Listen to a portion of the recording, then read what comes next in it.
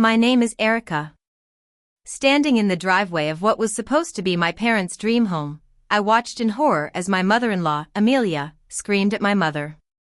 My mother, in her best dress, froze mid-step, and my father, who had always been so calm, started trembling. It was a scene I never could have imagined, and it all came crashing down on this fateful day. I've been married to Leo for 5 years. We've had our ups and downs, but I always thought we were a team. His parents, Amelia and Henry, have never really accepted me. Amelia is the kind of woman who can make a compliment sound like an insult. She's always made snide remarks about my job as a freelance graphic designer, saying I don't bring in enough money or that I'm not a proper homemaker. She's also looked down on my parents, who are simple, hardworking people. My parents, Carl and Grace, have been married for 45 years. They've spent their entire lives in a small, run-down apartment in the city. My father worked at a factory for 30 years, doing back-breaking labor, and my mother took care of the house and me. They've always put me first, sacrificing their own dreams for my happiness. For the past 4 years, I've been saving every extra penny I could. I've skipped vacations, put off buying new clothes, and even turned down some freelance projects that would have taken me away from home. All of it was for this moment. When I found a beautiful 3-bedroom cottage by the lake listed at $350,000, I knew it was the perfect gift for my parents.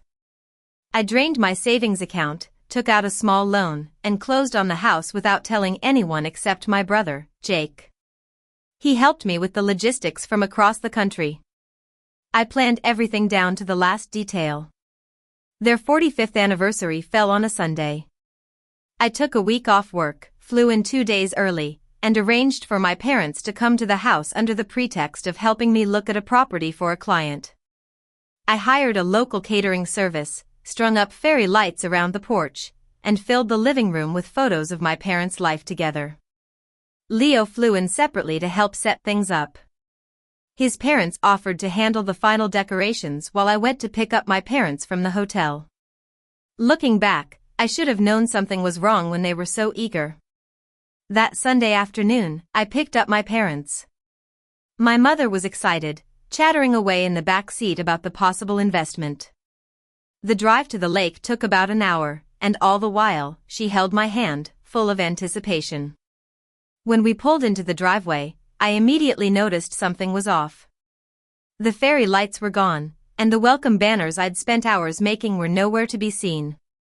Instead, there was a table filled with fancy tableware that I didn't recognize. Amelia stood in the doorway, looking like she owned the place. My mother stepped out of the car, smiling, and took a few steps forward. Then Amelia descended the stairs, pointed at the road, and shouted, "This is our house. Get out." My mother stopped dead in her tracks, her eyes wide with shock. My father's face turned pale, and he reached out to hold my mother's hand. I was still standing by the car, keys in hand, unable to believe what I was seeing. My mother's hands were shaking, and my father's jaw was clenched. I walked towards them, and the silence was deafening. Amelia turned at the sound of my footsteps.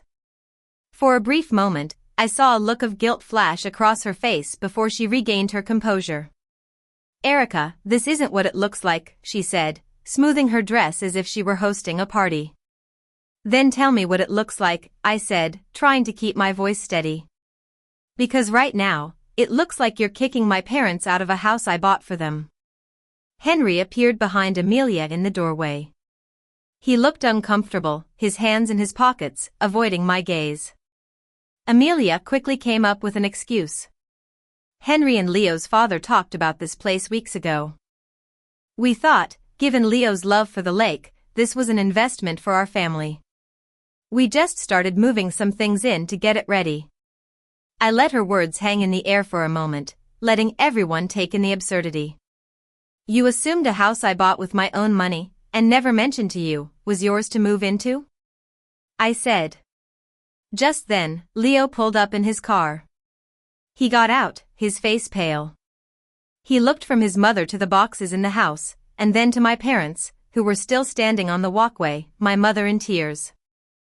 Leo, honey, we were just trying to help, Amelia started, but Leo held up his hand. I saw a change in him, a strength I'd been waiting for. Mom, whose name is on the deed? He asked. Amelia didn't answer. Whose name, Mom? Leo repeated. Erica's, she finally said, her voice barely above a whisper. Then it's not a family investment. It's my wife's gift to her parents, and you had no right to touch anything in this house, let alone scream at her mother, Leo said firmly. He turned to his father. Dad, did you know about this? Henry nodded slowly, his face full of shame. That single nod told me this wasn't a simple misunderstanding. It had been planned. They thought that because Leo and I were married, anything I bought was theirs. I walked past Amelia into the house and started carrying the unfamiliar boxes out to the porch. Leo joined me without a word, and Henry followed, helping to load the boxes into their car. Amelia stood on the porch, watching, her confidence gone. I just wanted to make sure our family had a good future, she said, her voice weak. This was never your future to plan, I told her. It was a gift from a daughter to her parents, for 45 years of love and sacrifice. They left about 15 minutes later. The silence that followed was a relief. My mother was still shaking, but my father had stopped trembling. Slowly, the tension in his shoulders eased. We spent the rest of the evening putting things back together. I rehung the fairy lights, and Leo helped me fix the photo collage. By sunset, my parents were sitting on their porch, looking out at the lake. My mother cried again, but this time it was tears of joy. My father sat there, quiet, just taking in the view, the way he always did when something really mattered. 45 years of sacrifice, finally repaid in a home that no one could take away. It was a long-fought battle, but in the end, my parents got the happy ending they deserved. And I learned that sometimes, you have to stand up for the people you love, no matter the cost.